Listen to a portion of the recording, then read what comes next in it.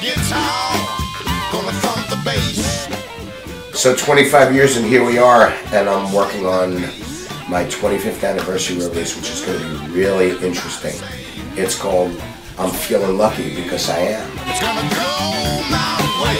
I'm feeling lucky. I'm feeling lucky. It's called I'm Feeling Lucky because I've survived, which is a good thing to do in this business, man. You know, you got to survive to thrive.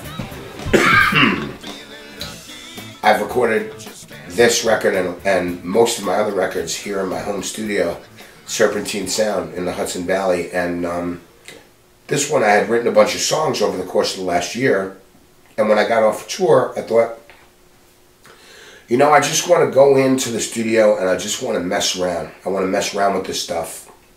I want to experiment with the arrangements, and I want to do it with no pressure. So I called a good friend of mine, a guy who played with drums with me for a long time, Chris Redden.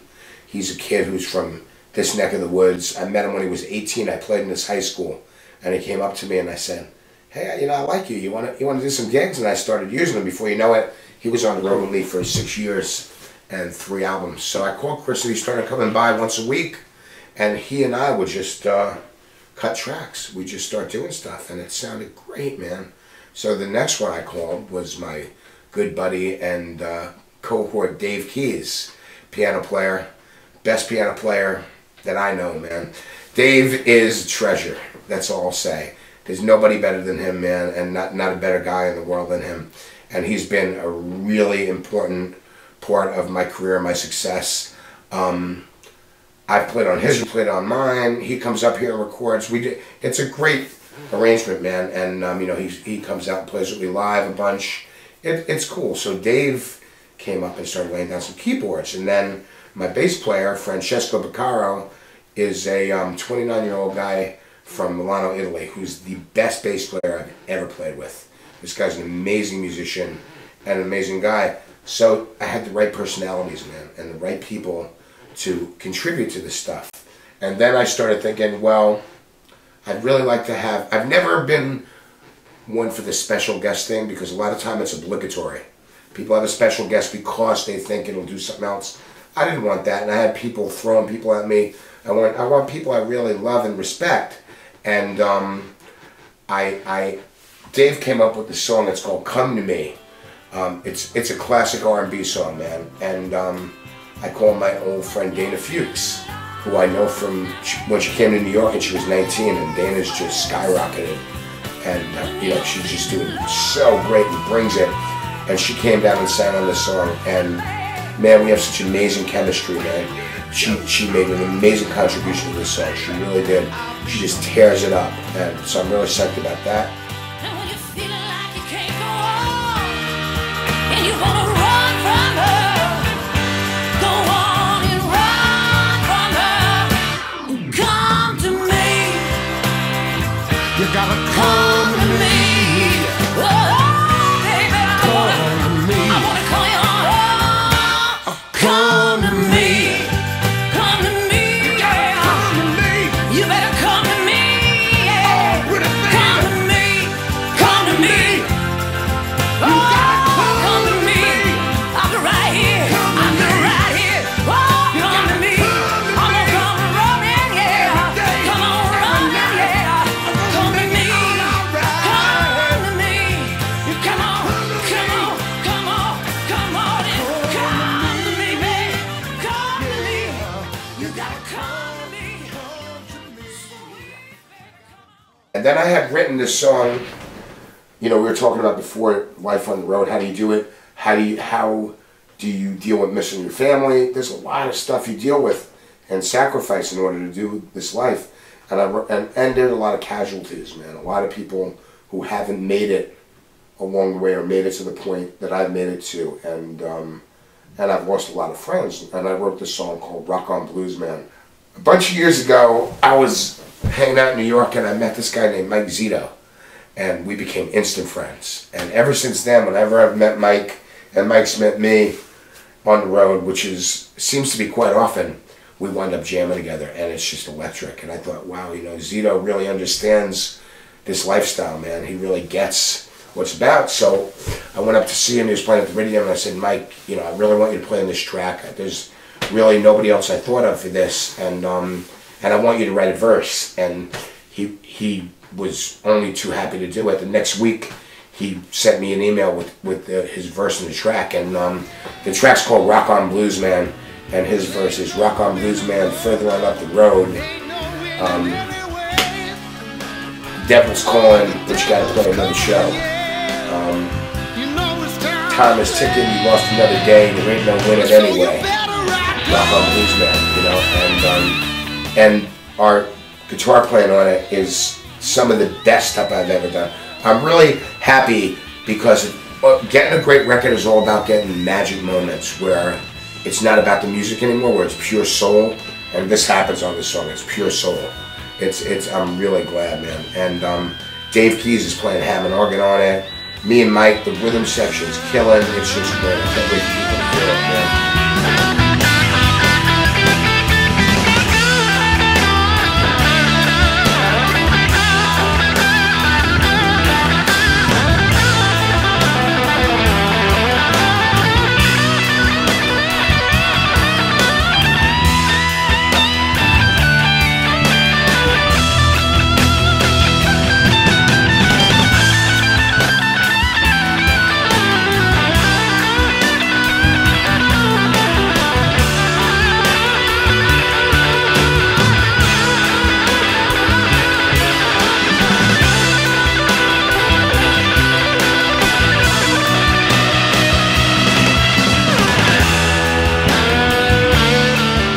There's 10 tunes on the record, and it's a lot of my songwriting. I wrote a song called "The Way It Is," which is it's an urban soul ballad, and it's deep. It's really about, you know, there are times where you just sit there, everybody, no matter who you are. This is what the blues is, man. The blues is when you sit there and you realize it's all messed up and there ain't nothing you can do about it.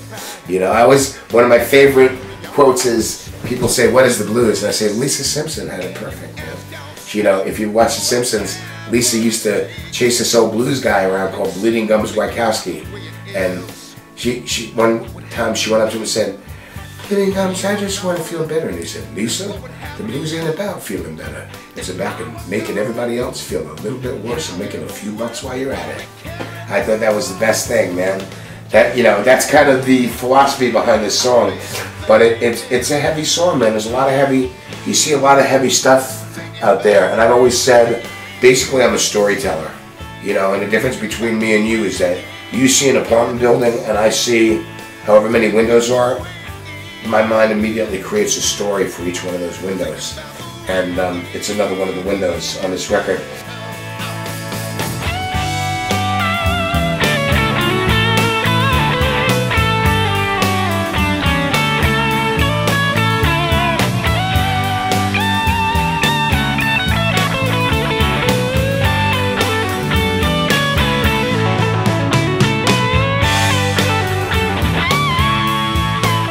I'm Feeling Lucky is the title track from the record. It's a funk, just badass, straight ahead tune with a lot of great New Orleans style lyrics. Dave Keys plays clavinet on it, tears it up. The rhythm section's heavy. I get to play some great wah-wah guitar on this. I love the wah-wah pedal, man. I'm definitely a big fan of the wah-wah, and I wah out on this one, along with Three Little Words. You can guess what they are.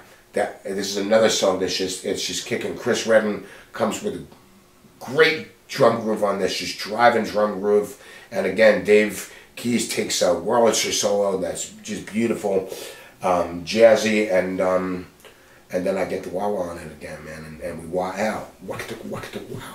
It's great.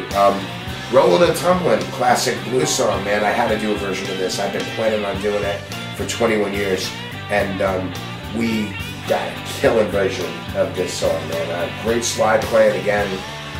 Played a Telecaster on this one, and it's just my own take on a very classic song, man. It's a 3.5 bar groove.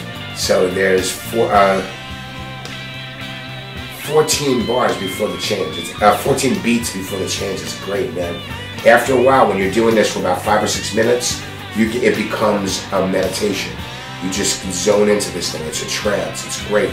I watched R.L. Burnside play this once with Kenny Brown playing guitar, and I was like, man, these guys are trancing out. They're not even there. And that's a lot of that North Mississippi stuff, man. That's what that's about. So I try to draw on that aspect about it, where it's a repetitive groove that just draws you in, man. And before you know it, you're in another place, which is what it's all about. One leg at a time. Put your pants out. I got a cure for depression. You don't need no medication. Just hear what I say and try this meditation. You got to put your pants on one leg at a time, because the sun is shining and there ain't no use in crying. Because it gets back to my point, man. Life is hard. You know, it's hard for everybody. And this is a jump swing tune, and that's the philosophy, man. We've been playing this one live. People love it. It really goes over well. One of my favorite songs on the record, a very personal song to me.